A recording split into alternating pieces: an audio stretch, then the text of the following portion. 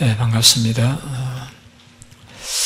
오늘 우리가 읽은 이 오병이어 떡 5개와 물고기 2마리를 가지고 5,000명을 먹인 이 기적은 신약의 대표적인 기적 가운데 하나입니다.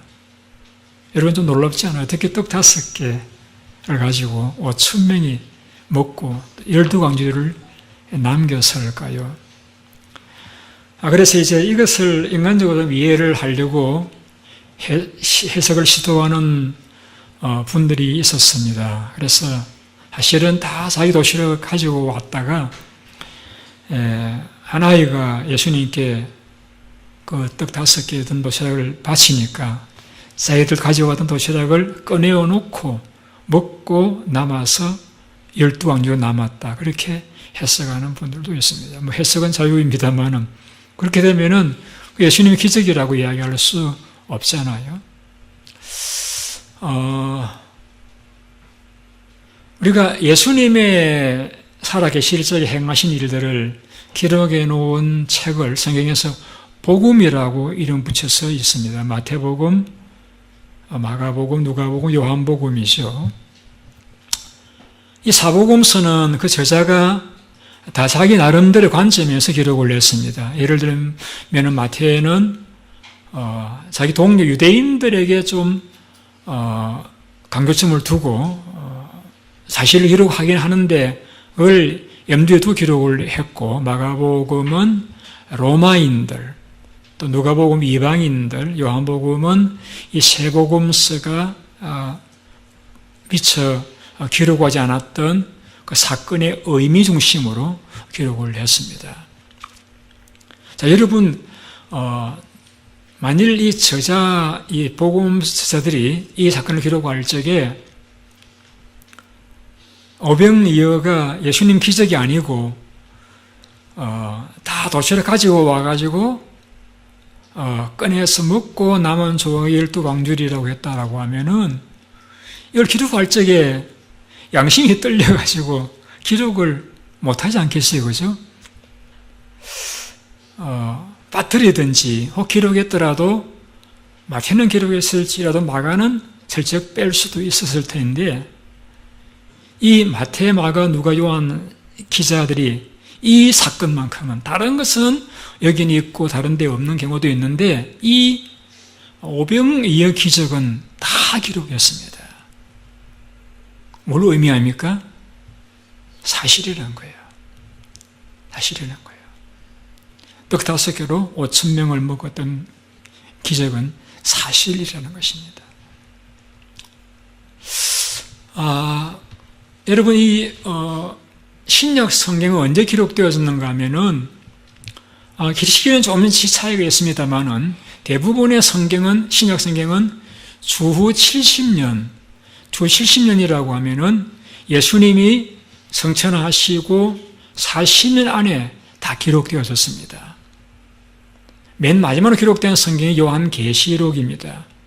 요한계시록 역시도 주후 90년이니까 예수님 성천하시고 60년 안에 다 기록되어졌습니다. 그렇다라는 것은 뭘 의미하는가 하면은 예수님 살아계실 적에 바다 위를 걸으시고 떡 5개로 5,000명을 먹이시고 또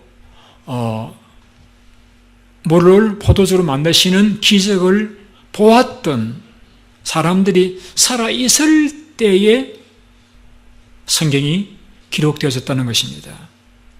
그건 중요합니다, 여러분. 왜냐하면은 만일에 성경 기록이 엉터리라고 하면은 그 예수님의 기적을 보았던 사람들이 내가 본 것과 다르네, 이 순엉터리야 라고 해서 성경이 성경으로 전래되지를 못했을 것입니다. 그런데 기적을 보았던 사람들이 살아있을 때에 기록되어졌다는 것은 이 기적들이 사실이라는 것입니다. 저는 우리 성도님들이 살아가시면서 기적을 좀 체험했으면 좋겠습니다.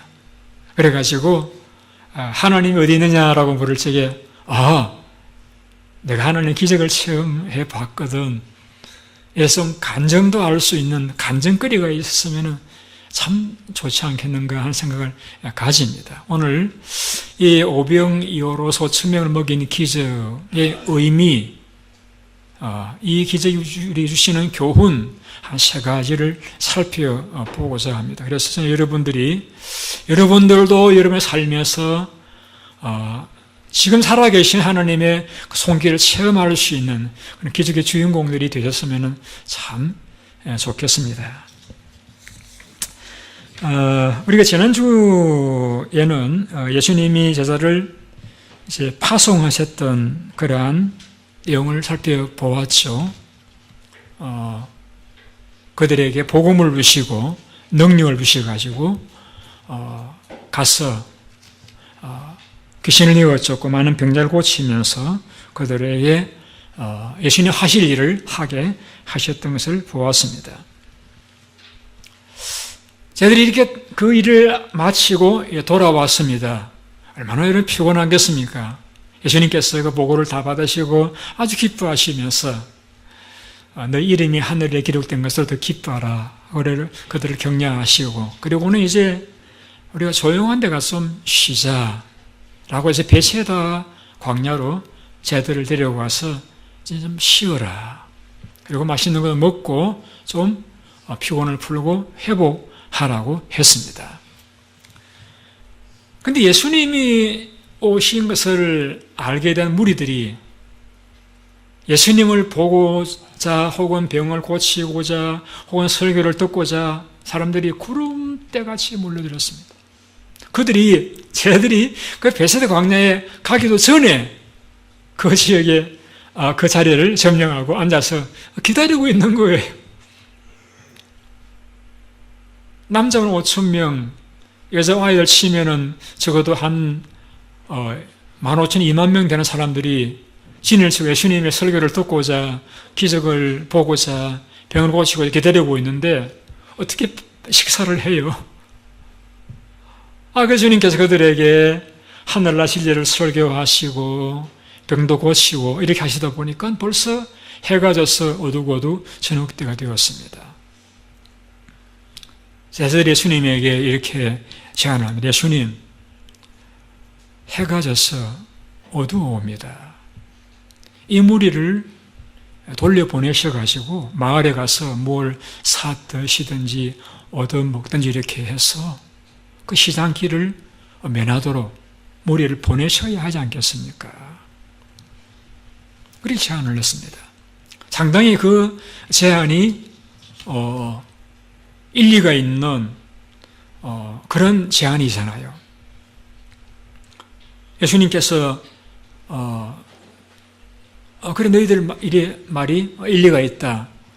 여러분 내일 날이 있으니까 내일 오셔서 또 설교 들으세요. 이렇게 돌려보내셔야 되는데 예수님 그렇게 하시지 않았어요. 오히려 그 제자들 보고 뭐라고 말씀하셨는가 하면은 성경을 보십시다. 우리 10절부터 같이 한번 쭉쭉 읽어보겠습니다. 제가 읽어드릴게요. 사도들이 돌아와 자기들이 행한 모든 것을 예수께 여쭈니 데리시고 따로 베세다라는 고을로 떠나가셨으나 무리가 알고 따라왔거늘 예수께서 그들을 영접하사 하나님 나라 일을 이야기하시며 병 고칠 자들은 고치시더라. 날이 저물어 가매 12사도가 나와 싸우되 무리를 보내어 두루 마을과 촌으로 가서 유하며 먹을 것을 얻게 하소서. 우리가 있는 여기서는 빈들이니이다. 이것이 제자들의 제안입니다.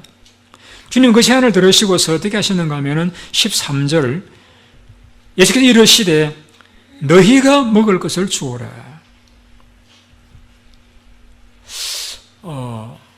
여러분 제자들에게는 그 5,000명 남정만 그렇고 아이들 여자들 치면은 한 15,000, 2만 명 되는 사람들의 먹일 떡이 없습니다. 그리고 하여튼 제자는 또 계산을 빨리 해내가지고 예수님 한 200데나리온 그러니까 한 돈 2만 불이 있으면은 이들이 먹을 수 있는 음식을 살 수 있겠습니다. 돈 2만 불도 없거니와 2만 불이 있다고 해도 그 시간에 그 많은 양의 음식을 살 수 있는 마켓이 그 당시에는 없었습니다. 자, 그럼에도 불구하고 제자들의 행편을 누구도 잘 아신 예수님께서 그럼 왜 제자들에게 돈도 없고 떡도 없는 자들에게 너희가 그들에게 먹을 것을 주라라고 했느냐는 것이죠. 저는 여기에서 기적이 이렇게 일어나는 것이구나 하는 것을 깨닫게 되었습니다. 여러분, 제가 제자라고 생각을 하고 한번 상상을 해보았습니다. 열흘간 혹은 보름 동안 가서 열심히 복음을 전하고 전도하고 긴 쫓고 병 고치고 와서 돌아왔습니다.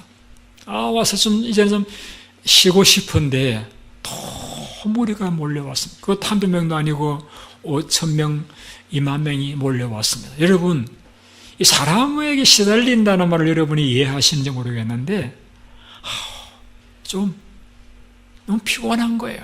쉬고 싶은 거예요. 해가 져가는데 예수님께서는 그냥 이렇게 하늘나라 진리를 설교하시느라고 열정으로 막 설교하시다 보니까 자기들도 피곤하고 배도 고프고 무리도 걸었는데 예수님이 좀 센스가 없으신 것 같으시니까 예수님 이제는 무리를 좀 보내시죠. 좀 무리를 보내어서 그들이 먹을 것은 그들이 해결하고 그들도 좀 쉬고 예수님도 쉬시고 우리도 좀 쉬고 이런 마음이었지 않겠습니까? 근데 예수님께서는 저들에게 그래 그럴까 하지 않으시고 오히려 너희가 먹을 것을 주오라고 했습니다.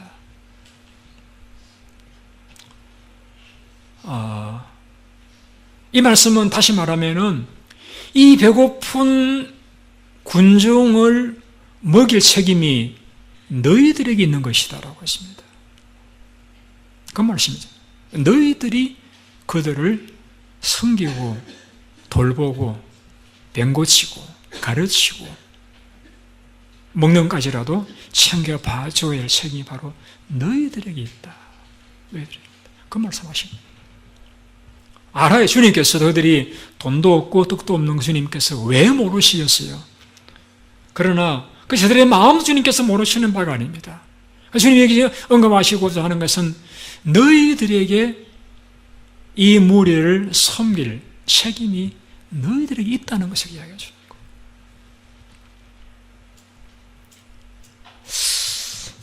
거예요. 여러분 오늘 우리 시대를 살펴보면은 사람들이 참 외롭습니다. 부자도 외롭고 가난한 사람도 외롭고 젊은이도 외로운 것 같고 나이 드신 분들도 외로우신 것 같고 그래서 그 외로움을 달래기 위해서 열심히 음식을 드시는 분들도 있고 영화를 보거나 게임을 해서 또 그걸 또 극복해 나가는 분들도 계시기도 하고 또 어떤 분들은 또 여유로워서 쇼핑을 해서 그걸 충족해 볼 애를 쓰기도 하고 일반적으로 많은 분이 외로우면 어떻게 하는가 하면은 끼리끼리 모입니다. 성인들끼리, 나이 드신 분들끼리, 이렇게 젊은이들끼리, 이렇게 끼리끼리 모여가지고 담소하고 대화하면서 그 외로운 마음을 달래는 것 같이 여겨질 때가 있습니다. 그래서 어떤 분은 말하기를 현대인들은 다 고독을 이기려고 하는 병에 걸려있다. 이렇게 표현하기도 했습니다. 주님은 그 무리를 바라보셨을 적에 목자 잃은 양과 같도다라고 했습니다. 목자의 양과 같도다. 목자를 잃어버린 양과 같이 처절하고 외롭고 고달픈 삶을 살아가는 불쌍한 눈으로 무리를 바라보셨던 것입니다.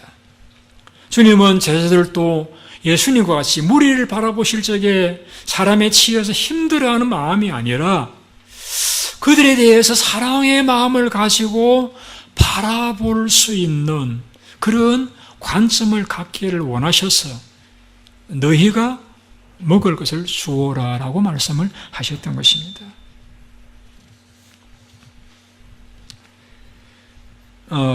여러분 뉴스를 통해서 보신 분들을 보시겠습니다만은 대도시에서는 총기 사고가 많습니다. 총기 사고라는 게 어떤 경우에는 이제 길거리에서 늦은 밤에 강도가 행인들에게 총을 겨누고 혹은 또 상점에 들어가서 총을 겨누고 탈취하는 그런 일들입니다. 그런 일들이 있으면 많은 사람들이 주변을 돌아보면서 도와달라고 고함을 지르지만은 대부분의 사람들이 그 사건에 개입하기를 귀찮아해서 관심 가지 않고 머리에 돌려버리고 신경 쓰지를 않습니다. 그래서 살 수 있는 이들이 죽어가는 일들이 대도시에는 많이 있습니다. 우리 위안이가 토피카 살다가 맨하탄에 왔는데 제가 사람들을 통해 물어봤습니다. 왜 이사 왔지? 토피카에는 총소리가 자주 들려요. 그래서 안전한 맨하탄으로 이사를 왔습니다. 그래서 이제 일주일에 몇 번씩 가서 공부를 해야 되는 불구하고 왔어요. 대도시는 그런 위험한 일들도 많이 있습니다. 위험한 일들만 있는 것이 아니라 좀 비정한, 매정한, 냉정한, 차가운 다른 사람의 삶에 개입하지 않으려 하는 그러한 좋은 면도 있지만은 그것이 어려움이 있어서 도움이 필요한 사람들에게까지도 무관심해버리는 어떤 같은 동족, 같은 시민, 이웃이라는 그러한 책임감을 갖지 않고 관심을 갖지 않는 무책임한 그런 이 시대의 사람들의 특징 중에 한 가지가 이겁니다. 무관심, 무책임. 어떤 교수님이 실험을 했답니다. 한 방에는 10명을 들여놓고 다른 방에는 1명을 넣고 이렇게 해서 방에 있게 하고서는 그 문틈으로 연기를 이렇게 막 들여보냈더니 한편에서는 한 10분 지나니까 연기 들어옵니다. 이러는 이제 노티스를 알려줬는데 한 명 있는 방에서는 금방 연락이 와서 연기 들어온다고 뭐 화질 난 거 아니냐고 그러더랍니다. 아니 왜 동일한 시간에 연기를 더 집어넣었는데 왜 10명 있는 방에서는 한 10분 지난 뒤에 보고 들어오고 왜 한 명 있는 방에서는 금방 보고 들어왔느냐. 예, 님이랑 내미랑 하는 겁니다. 누군가 이렇게 연락하겠지, 보고하겠지라고 미루는 이걸 책임 분산이라고 이야기합니다. 오늘 그런 현상이 우리 삶에 많아요. 제가 주일날 여러분들이 나나시고 이렇게 둘러보면은 휴지도 떨어져 있고 컵도 그냥 그대로 놓여져 있고 이렇게 지저분한 어디든지 그대로 있어요. 왜 그럴까? 누군가 치우겠지. 누군가 치우겠지.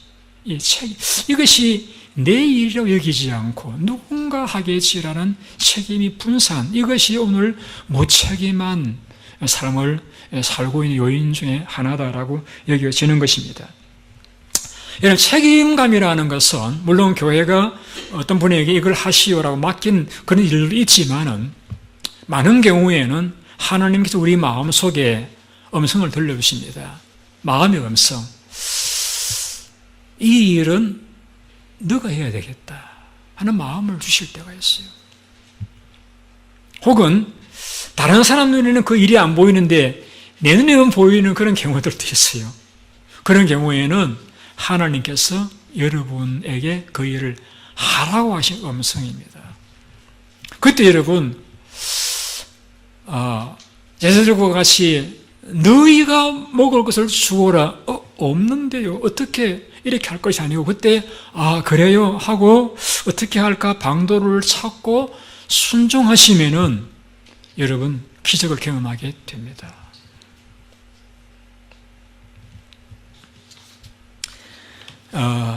우리가 직장에서 사람을 이렇게 선택할 적에도 어떤 사람을 선호합니까? 능력 많은 사람과 책임감 있는 사람.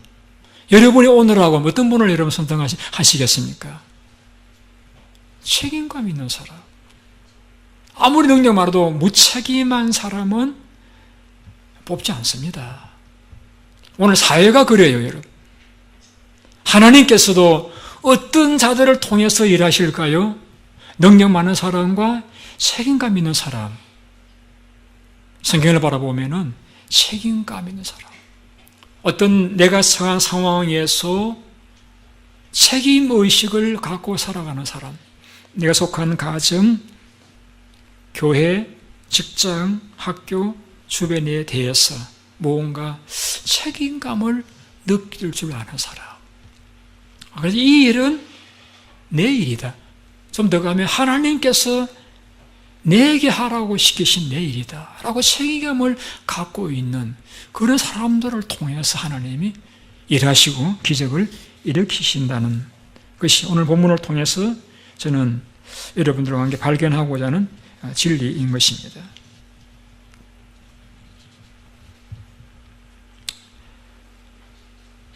또 한 가지 본문에서 교훈을 받을 수 있는 것은 무엇이냐면은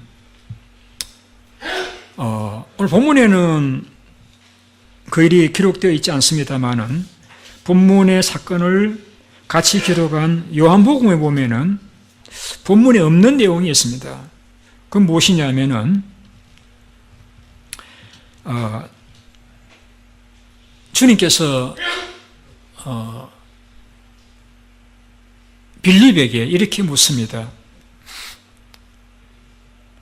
이 배고픈 무리를 어떻게 먹이겠느냐? 라고 묻습니다. 이 배고픈 무리를 어떻게 먹이겠느냐? 그 질문을 받고서 요한이 뭐라고 대답했는가 하면은 200데나리온의 떡이 필요합니다. 라고 했습니다. 그런데 그 말씀을 하시는데 거기에 이렇게 설명을 덧붙여 있습니다.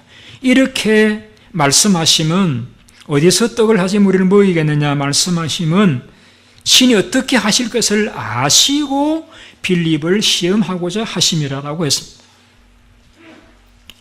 주님께서 빌립에게 어디서 떡을 자식 무리를 먹이겠느냐라고 말씀하신 것이나 또 주님께서 제자들에게 너희가 먹을 것을 주어라고 말씀하실 때에 이미 주님은 주님 마음속에는 어떻게 하실 플랜을 갖고 계시고 그렇게 지시하셨다는 뜻입니다.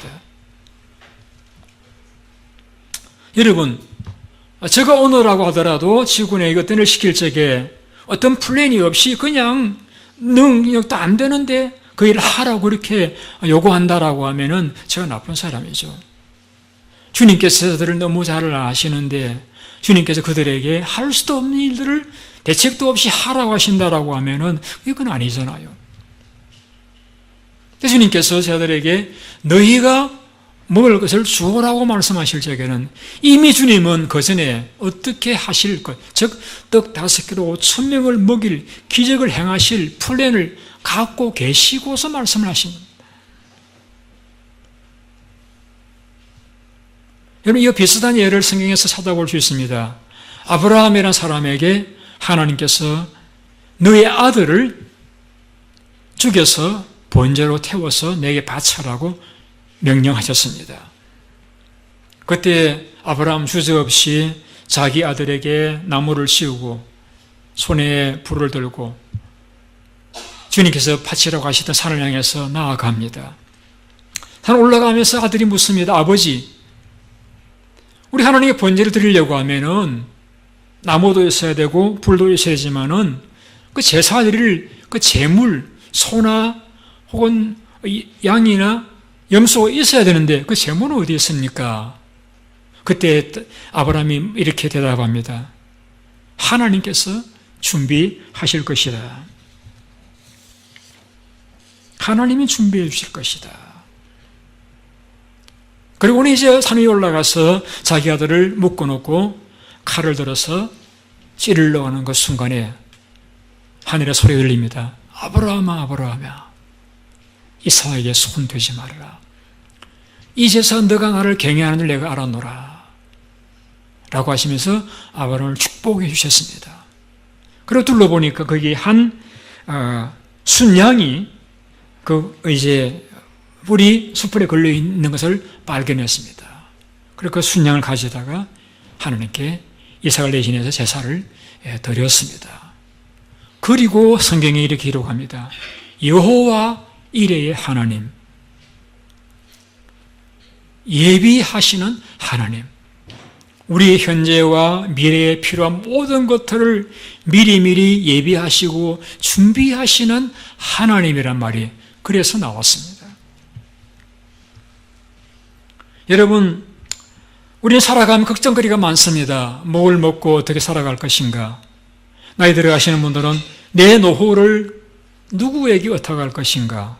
노후를 어떻게 살아갈 것인가? 이렇게 해서 이 모습으로 계획을 하고 준비도 하고 애를 쓰시는 경우들이 많이 있습니다. 근데 주님께서는 이렇게 말씀하셨어요. 너희는 뭘 먹을 것인가, 입을 것인가, 맞을 것인가 염려하지 마라. 염려한다고 해서 낮은 키가 커지겠느냐, 염려한다고 해서 흰머리 그리 검게 되겠느냐, 차라리 염색을 해야지. 너희 할 일은 무엇이 하나님의 뜻인지를 알고 그 뜻을 추구하는 것이 너희 할 일이고, 너희가 먹고 입고 살아갈 일은 내 책임이다. 내가 마련해 주겠다. 아무것도 염려하지 마라. 이것이 주님께서 우리에게 주셨던 말씀입니다. 물론 우리가 살아가면서 미래를 예상하고 대비하는 사람이 모든 일에 성공합니다. 근데 여러분, 우리 미래가 우리 것입니까? 시간은 우리 게 아니에요. 시간은 하나님 소관입니다. 우리의 미래가 우리 예상한 대로 될 것인지 안 될 것인지 우리 알 수 없어요. 미래는 하나님 소관입니다. 여러분, 우리 미래를 하나님께서 약속하셨고 책임지시고 보장하셨고 돌보신다라고 하면은 오늘 우리 할 일은 미래는 하나님께 맡기고 하나님 오늘 나의 상황에서 내게 하라고 하신 일, 그 일에 집중하는 것이 기적의 출발점인 것을 여러분 기억하시기 바랍니다. 저도 자식이 있습니다. 자나깨나, 불러심이 아니고 자나깨나 자식 걱정입니다. 큰아이 어떻게 살 것인가, 작은아이 어떻게 될 것인가 늘 걱정하면서 기도하고 주님의 은총을 간구하고 관심 가지고 전화도 하고 연락도 받고 이렇게 합니다. 왜? 자식 어리기 때문에? 아니, 어리지 않아요. 장성했어요. 그런데 왜? 제가 부모이다 보니까 할 수 없더라고요. 부모이다 보니까 아이가 어려도 커도 관심과 사랑을 배제할 수가 없어요. 우리 하나님 아버지께서 영적인 우리 아버지가 되시는데 우리 현재의 삶을 너무나 잘 아시는 하나님, 우리 미래를 아시는 하나님께서 우리의 현재와 미래에 대해서 이제는 성장했으니까 너희들 알아서 해라 라고 우리를 대해서 손을 떼시겠습니까? 천만에 결코 그렇게 성경은 말씀하시지도 않거니와 하나님은 그런 분이 아니십니다. 계속적으로 우리의 삶을 책임지고 어떻게 하면 행복할까? 어떻게 하면 잘 될까? 우리의 삶을 평강으로 복되게 이끌어 가시려고 하시는 것이 우리 하나님 아버지의 역할이십니다. 우리 역할은 무엇입니까? 우리의 미래를 준비하신 그 하나님께 나를 맡기는 것입니다. 가정을, 미래를 준비하시는 그 하나님을 우리가 신뢰하는 것입니다. 우리 교회 미래를 준비하실 그 하나님의 손에 우리 교회들을 맡겨드리는 것입니다. 이것이 우리 할 일입니다. 주님은 다 플랜을 세워놓으시고서 저희들에게 너희가 먹을 것을 주라고 말씀하셨지 아무런 대책 없이 명령만 하시는 그런 분은 결코 아니십니다. 우리를 사랑하셔서 이 아름다운 지구에 살게 하신 하나님께서 우리의 구원을 위해서 그 독생자의 주님을 십자가에서 희생하신 주님께서 우리의 삶의 현재와 미래를 돌보지 않으시겠다. 넌센스입니다. 그럴 수 없습니다. 하나님의 공급하심과 예비하심 우리가 신뢰하셔야 됩니다. 그럴 때 우리는 현재 내게 하시는 말씀을 순종할 수가 있는 것입니다. 순종할 적에 우리는 하나님의 손길을 내 힘만 의지하고 살아가면 도무지 경험할 수 없었던 하나님의 살아계신 손길들을, 손자연적인 사건들을 우리가 비로소 경험하게 되어지는 것입니다. 여호와 일의 하나님을 믿으시기를 바랍니다. 믿으시죠? 네, 아멘. 그럼 좋다. 이제 하나님 다 알아해 주시니까 나는 그러면은 잠만 자자. 여러분, 성경 그렇게 또 가르치질 않아요. 주님께서 뭐라고 하시는가 하면은 본문에는 없습니다만은 마가복음에 보면은 이렇게 지시하십니다. 너희에게 떡 몇 개가 있는지 가서 보라. 5,000명을 먹이는 기적을 행하시겠다고 훈련을 하셔서 주님께서 하신 말씀이 뭐냐면은 너희 가운데 혹시 뭐 먹을 거 없느냐? 한번 가보라. 그겁니다. 여러분, 이게 좀 안 맞잖아요? 엄청난 2만 명 되는 사람들 먹일 능력과 계획을 갖고 계신 주님께서 하신 말씀이 무엇이냐면은 혹 너희 가운데 뭐 먹을 거 없냐? 이게 말이 안 되잖아요. 그런데 그 말도 안 되는 말씀을 주님이 지금 말씀하고 계시는 거예요. 너에게 뭐 먹을 것 없냐? 그러니까 안드레가 한 아이가 먹으려 가져왔던 도시락을 받아가지고 온 거예요. 여기 조그만 떡 5개와 물고기 2마리, 마른 물고기 2마리. 아이가 먹을 숨쉰 도시락. 이거 가지고 뭘 하겠습니까? 그래, 그걸 내게 달라. 받아가시고 하나님 앞에 감사하며, 하나님 지금까지도 우리 삶에 주셨던 하나님, 이 무리를 사랑하는 하나님, 오늘 우리에게 일용할 양식을 주시옵소서. 이렇게 기도를 하셨겠죠. 기도하시고는 이 떼는데, 떼더니 계속 늘어나고 계속 늘어나는 거예요. 마치 떡국집에서 떡 나오듯이 계속 나오는 거예요. 그래서 먹고 남긴 조각이 12바구니 배불리 먹고 기적을 체험했습니다. 자, 여러분, 여기에 기적에 써주시는 교훈이 있습니다. 주님께는 기적을 행하실 적에 물론 주님은 전능하시니까 아무것도 없는 데서 기적을 일으킬 수가 있으신 분이세요. 그런데 주님께서는 그 전에 현재 우리의 삶에 너희에게 무엇이 있느냐를 모르십니다. 우리는 돈이 많아야 많은 일을 할 수 있다고 생각합니다. 사실은 그렇지 않아요. 능력이 많아야 많은 일을 할 수 있다고 생각합니다. 그렇지 않아요. 여러분, 일이라고 하는 것은 돈이 많다고 해서, 능력이 많다고 해서 되어지는 것이 아니고 마음만 있으면 합니다. 마음만 있으면. 마음이 없어서 안 하시는 것이지 못하는 것이지, 마음만 있으면은, 여러분, 돈이 없으면은 우리 마음속에 사랑의 마음은 있잖아요.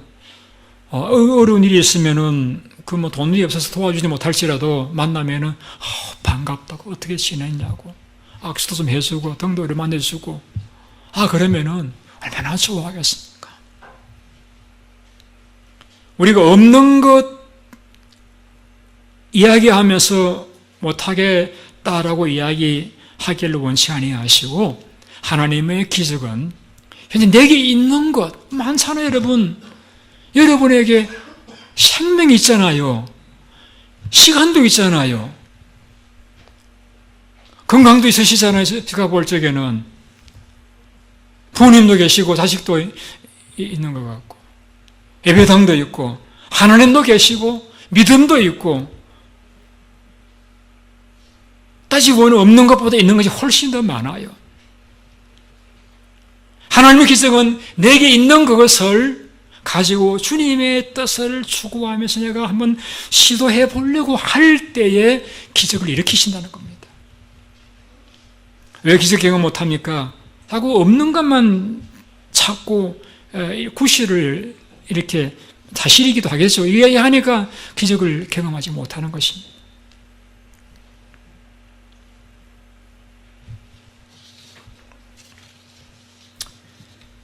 우리의 생각이 중요합니다. 하려고 하면은 할 게 많고요. 하려고 하면은 얼마든지 할 수 있습니다만은 우리는 자꾸 그것을 사랑의 관점에서 현실을 바라보려고 하지 않고 물질적인 관점에 자꾸 바라보다 보니까 우리가 이렇게 불신자나 다름없는 모습으로 주저앉는 것 같아요. 저는 우리 교인들을 사랑합니다. 제가 왜 사랑하느냐 하면은요, 귀하거든요. 여러분, 이 예배당을 딱 나가보십시오. 코리안들 찾아볼래야 찾아보기 어렵습니다. 5만, 10만 도시에서 한국 사람은 다 합쳐봐야 500명도 안 되는데 얼마나 찾기가 어려웠어요. 그런데 여기까지 찾아오셔서 이렇게 함께 지내니까 얼마나 반갑고 좋은지 모르겠어요. 나이를 드셨든 젊은이든 건강하시든 어려우시든 저는 반갑고 다 좋은 분들이에요. 다 귀한 분들이에요. 제가 귀히 여기니까 여러분들께서도 또 저를 귀히 여겨주시잖아요. 그러니까 서로 만나는 거 좋고 반갑고 함께 하나님을 섬기며 살아오게 되잖아요.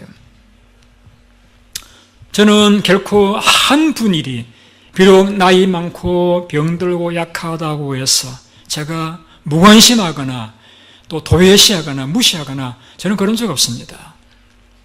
어떤 분이 교회를 찾아 설사 미국을 일주하면서 들렸던 그 나그네 소년까지라도 집에다가 데리고 3일간 먹여주고 재워주면서 돌보았습니다. 그런 적도 있었습니다. 왜? 귀하기 때문에, 사랑하기 때문에.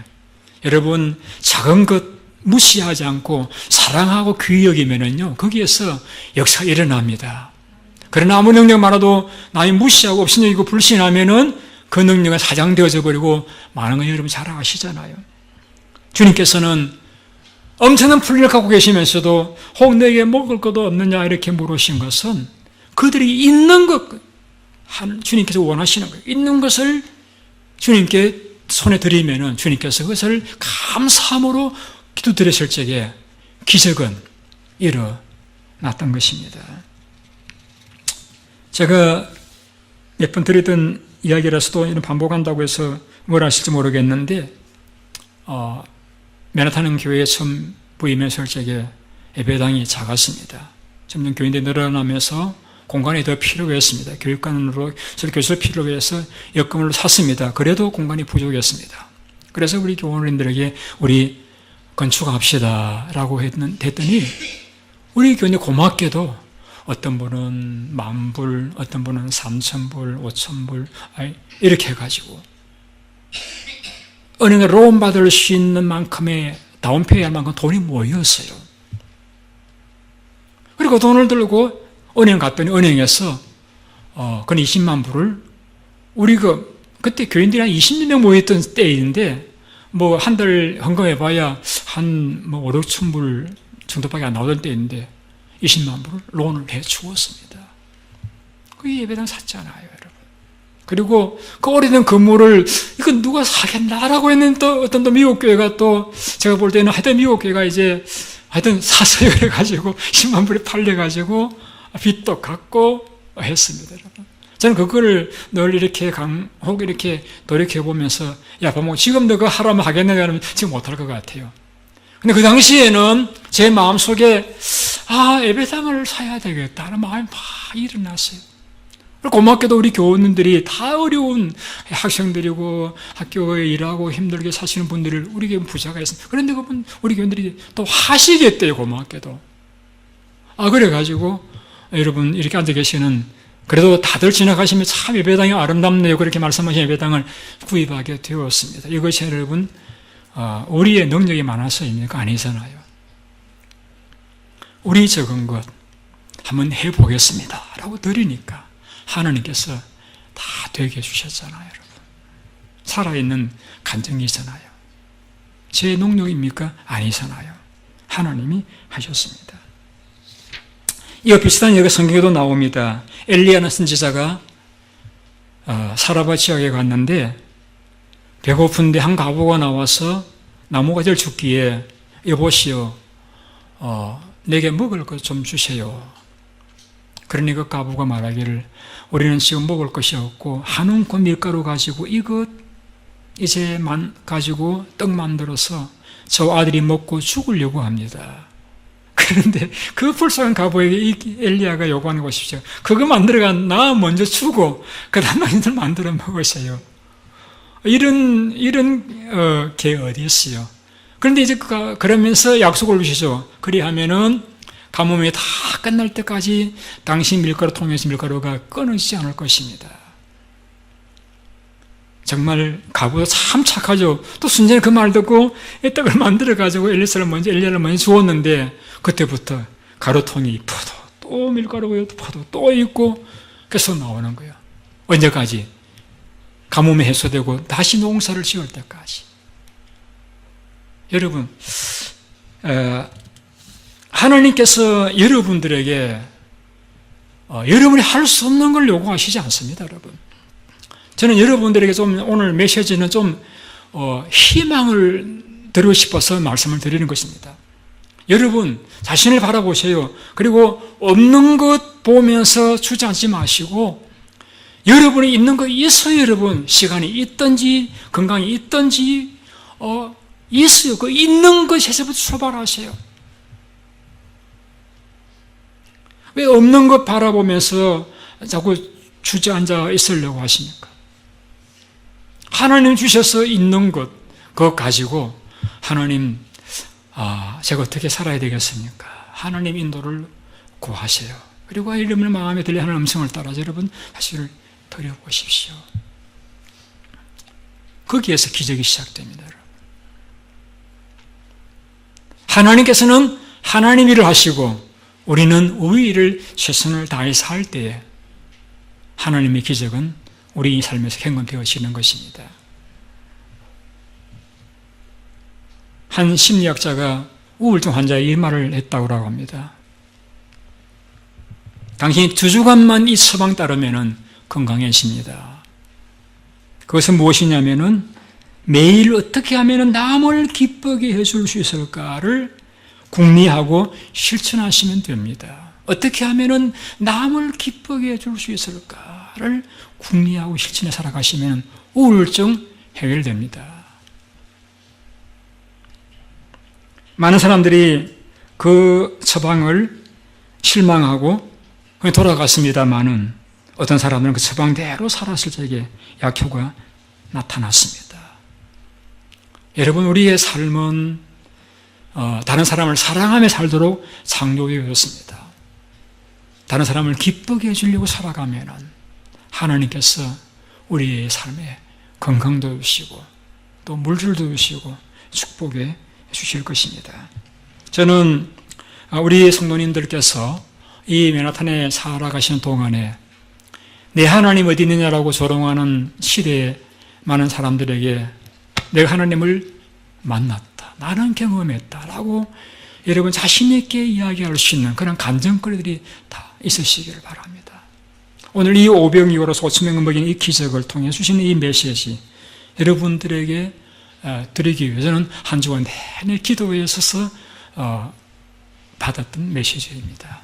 여러분들의 삶에서 이 말씀을 꼭 기억하셔서 여러분의 삶에서 하나님의 손길을 많이 경험하시는 축복된 삶이 되시기를 예수님의 이름으로 축원드립니다. 기도하겠습니다.